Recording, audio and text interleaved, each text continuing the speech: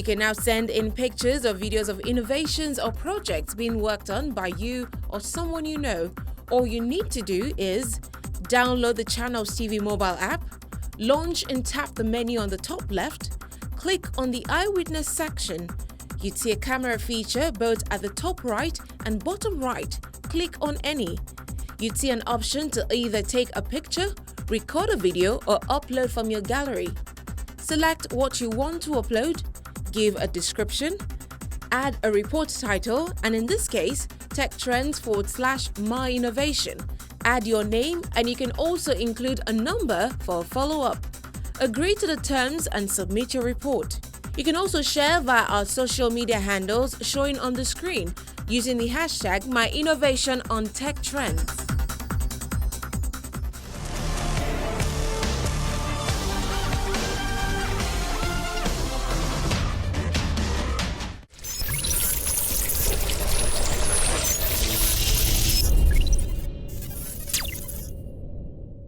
My guest on the show is Deremi Atanda, Executive Director, System Specs.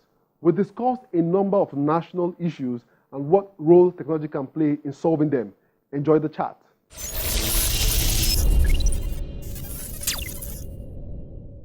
Deremi, glad to have you on the show today. Thank you. Nice to see you again. Having spent close to 3 decades in the IT industry, how has the industry evolved and what would you like to see? We've done very well for ourselves. The industry is maturing and it's self-evolving. And you can attest to that by the nature of companies and startups you're seeing on the landscape, which didn't used to be before now. The only bit of it is it's all been largely private sector driven.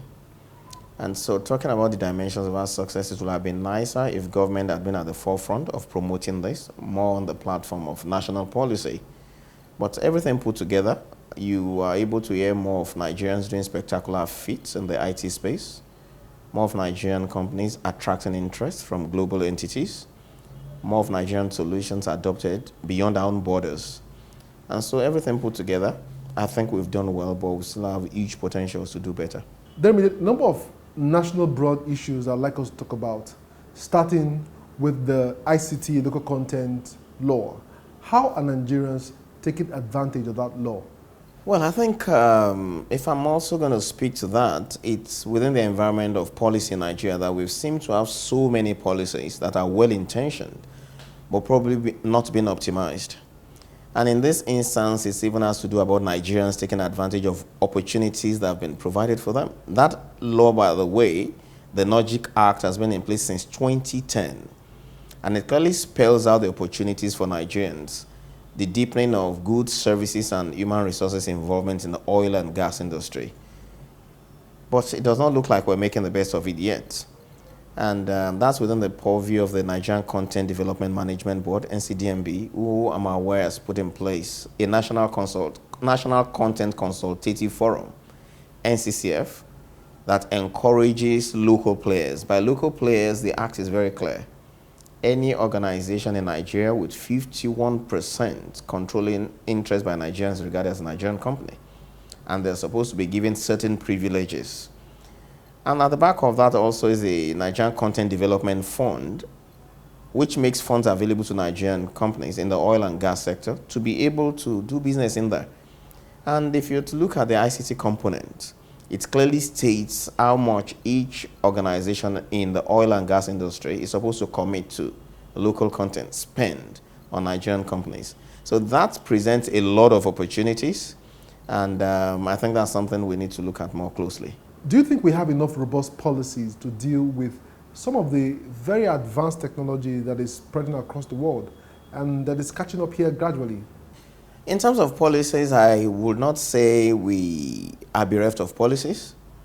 In fact, there are many good intentions that have been captured in policy documents in Nigeria and laws and regulations. It's just the willpower to make those things work, to back them up effectively. And trust me, we will be recognized and given the nature of attention we deserve. And talking about policies, you ask yourself, why does Nigeria continue to attract FDI, foreign direct investment? People are coming here, and within the same policy context are making things happen. So we just need to step on it. We need to make sure those policies are given life. We need committed leadership to make them work. And I think that's just the way to go. We can't keep making excuses for the absence of policies. The policies are there. Some industry watchers believe that innovative companies like yours shouldn't wait for policies and that policies would eventually catch up. Is that the best approach? I think that's just the natural order in life. Because when things don't even exist, you can't think of what to legislate on. So things will typically come on board before you think of regulating them. So for me, as a person, I think regulation would always lag innovation. And the thing will be therefore that when innovation goes forward, you try to make sure it's for the common good. And so that's where, even when you hear of cloning, until it comes on, you can't anticipate it. It's when it comes, you now put guidelines around it for the common good. So for those of us in the innovation space, particularly in technology, we keep thinking of how to make the world a better place. And while you're doing that, you may not see the entirety of the possible implications. But some people have that responsibility. So while you're innovating and thinking in one dimension, some people want to look at the bigger picture, and that's where regulation comes. But it should not be to the extent that regulation now stifles innovation. And unfortunately, many times, what people don't understand, they try to regulate. But there's a balance. There needs to be a balance constantly to give room for that, to even stimulate innovation, to see how much of the common good. So in this environment, we need to encourage a lot more innovation, deepen it. Finally, what is System Spec doing to get more women into technology? Unfortunately, many times we complain about the lack of capacity, but we may not be looking in the right direction. If we have not deliberately opened the door to women to come into that space, of course, when the men are done, then you're going to shout of gaps. So one thing is to make it easier for the women folk, for the ladies to get into that space, because we need capacity in there. And you can see what women are doing in all the spaces where they operate. So for instance, we've got about 1/3 of our workforce being ladies, and there's a deliberate attempt to encourage many more people to get into that space. One of the other things we're doing is to collaborate with people who are working in that space, and it represents an area of intervention for us. For instance, there's this annual event about the National ICT, Girls in ICT. It's a global day that's dedicated to girls in ICT. We've been partnering in that space for 3-4 years now to take the message out to the girls in the Nigerian secondary schools that you can aspire to excel in the ICT space. And so it's an area of interest for us where we get ladies in our own business to go to talk to younger ladies in secondary schools to let them know that they can have a future in ICT, to break it down, to challenge the current paradigms, to expose them to opportunities available. And it may also interest you that we specifically make reservations for ladies to work with us in their internship and during their service years, that we really want to encourage them and expose them. So that's one area of skills and capacity building. One of the areas of skills and capacity building we're focused on, knowing that the more you encourage women and ladies to come into that space, the more you're expanding the capacity base of the country, and the more you're building capacity that can take Nigeria forward. Jeremy, it's been an absolute pleasure speaking with you this evening. Thank you for being on the show today. Thank you. It's been nice speaking with you, friend.